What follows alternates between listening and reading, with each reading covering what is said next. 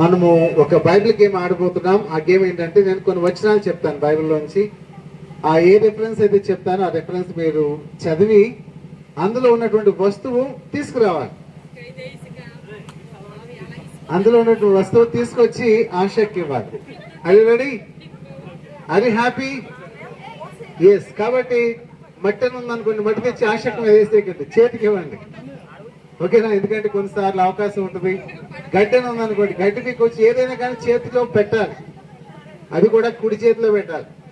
ఓకేనా? కాబట్టి ఆశకుని మధ్యలో కూర్చోబెడతాను ఇక్కడ, అందుకే ఆమె ఇక్కడ రమ్మంది. కాబట్టి గేమ్ రూల్ అర్థమైంది కదా? చదవాలి. ముందు బైబిల్ వచ్చిన చదివి, మీరు పైకి చదవాల్సిన పని లేదు, లోపల చదువుకోండి.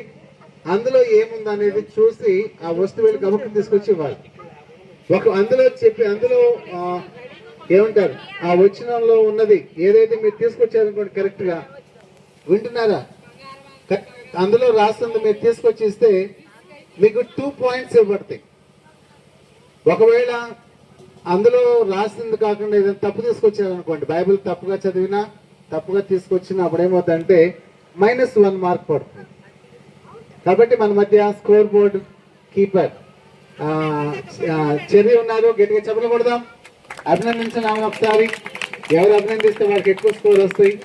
మన మధ్య ఫెయిత్ అండ్ లవ్ అనేటువంటి టీమ్స్ ఉన్నాయి. చూద్దాం ఎవరికి ఎక్కువ పాయింట్స్ వస్తాయో.